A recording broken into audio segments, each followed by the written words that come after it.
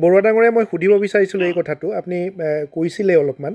যে কিছু মানে আমি দেখিছিলোঁ যে আলফাৰ সৈতে চৰকাৰৰ শান্তি আলোচনাৰ এটা আশা দেখা পোৱা গৈছিল কিন্তু দিন যেতিয়াই বাগৰিছে সেই আশাটো যেন নিৰ্বাপিত হৈ আহিছে এইটো কিয় আৰু কাৰ বাবে হৈছে মানে আলফাৰ কাৰণে এইটো আলফা দায়ী নে চৰকাৰ দায়ী আৰু ইয়াৰ লগত আৰু এটা কথা আপোনাক সুধি থৈ দিওঁ যে PCGটো কিয় ব্যৰ্থ হৈছিলে এই কথাখিনি মই আপোনাৰ পৰা জানিব বিচাৰোঁ আচলতে PCG ব্যৰ্থ হোৱা নাছিলে কোনোবাই ইয়াক উল্টা ফালে মানে বিভিন্ন ধৰণৰ উল্টা গতিত প্ৰবাহিত কৰিলে যে PCG ব্যৰ্থ হোৱা নাই PCG সফল হৈছিলে মই 100 বাৰ কম হয় যিহেতু নেকি PCG সংগঠন হৈ PCG আৰ্কিটেক্ট কৰা আমি 3জন মানুহ আছিল 3জনৰ প্ৰথম 2জন মানুহ এই 2জন মানুহ আছে হিৰণ্য শইকীয়া আৰু মই গোটেই এইটো তাৰ আগত কিন্তু মামনি বাইদেউ আমি মাজত সোমাইলো মামনি বাইদেউ বাৰে কৈছে যে মই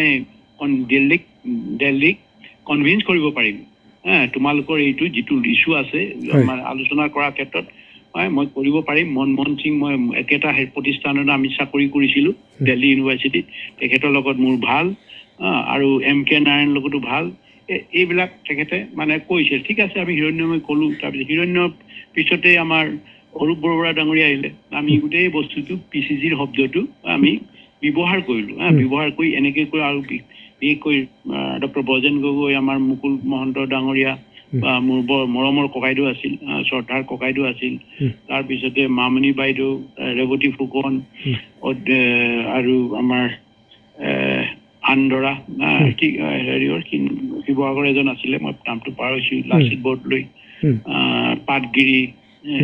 এনেকৈ আদি কৰি বহু কেইজন অংশগ্ৰহণ লৈ আপোনালোকে নিশ্চয় গম পাইছে অজিত ভূঞা ডাঙৰীয়া আছিলে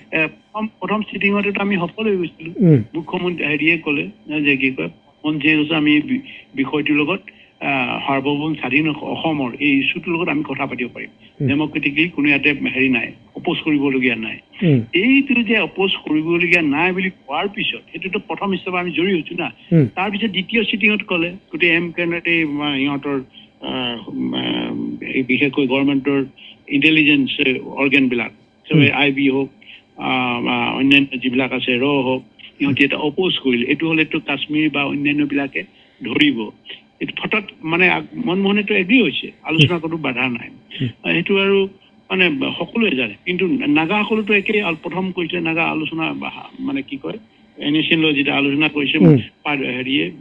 অতুল বিহাৰী বাজপেয়ীয়ে খুব স্মাৰ্ট ৱে ক'লে যে হয় আলোচনা কৰিম সাৰ্বভৌম স্বাধীন অসমৰ পৰা আলোচনা কি কয় নাগালেণ্ডৰ ওপৰত আলোচনা কৰিম বুলিয়ে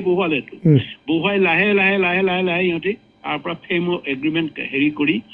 আঁতৰাই দিলে কেৱল নাগালিমত আনিবলৈ বিচাৰিলে এতিয়া সিহঁতে আজিলৈকে ফ্ৰেমৱৰ্ক এগ্ৰিমেণ্টখন তাতেই ৰৈ আছে না কৰা নাই আমাৰ ক্ষেত্ৰতো মুখতে ভাই বুলি ক'লে এগ্ৰি হৈ গ'ল আমিও আমাৰ যিসকল সদস্য PCG সন্মানীয় সদস্যসকল আছে তেওঁলোকে উৎফুল্লিত হৈছে লগে লগে আমালৈ খবৰ পঠাইছে আমি ঠিক আছে সেইটোতো প্ৰথম আকৌ দ্বিতীয় দিনাখনি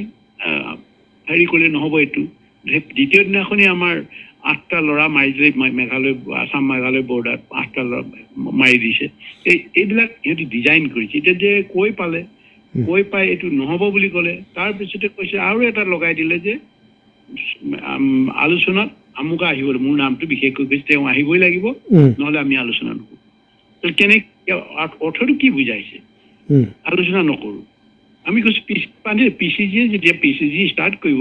আমি আমাৰ গাইডেঞ্চ থাকিব PCG ওপৰত কি থাকিব কি নহয় প্ৰথম ফাৰ্ষ্ট ষ্টেপতেতো সিহঁতে প্ৰথম অৱস্থা আমি জড়িত হৈছিলোঁ আৰু দ্বিতীয় ভয় খাই গ'ল কাৰণ আমাৰ PCG সদস্যসকলতো পলিটিকেলি হাইলি মেচিয়ৰ্ড আছিলে এটাইকেইজন কোনোবা লয়াৰ আছিলে কোনোবা ভাল প্ৰতিষ্ঠান আছিলে আৰু অভিজ্ঞতা আছে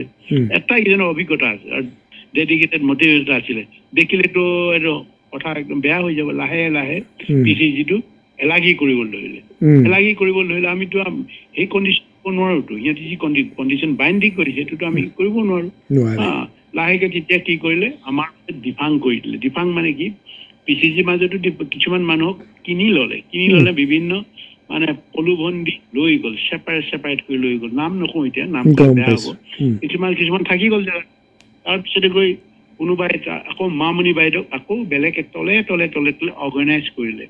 মামনি বাইদেউ আৰু 2জনমান মামনি নকওঁ এতিয়াও জীৱিত আছে যেতিয়া মামনি বাইদেউ নাই মামনি বাইদেউ লগ লৈ তাৰপিছত লাহে লাহে লাহে লাহে আমাৰো সংগঠনৰ মুৰব্বীক পকাই লৈ গুচি গৈ এইটো ছেকেণ্ড মানে যিটো কৰিবলৈ কৰিলে সেই ছেকেণ্ড যিটো নেকি বাংলাদেশৰ যি হৈ আহিলে বাংলাদেশৰ অৰিজিনেলিটো চাৰেণ্ডাৰ নহয়, এইটো আণ্ডাৰষ্টেণ্ডিং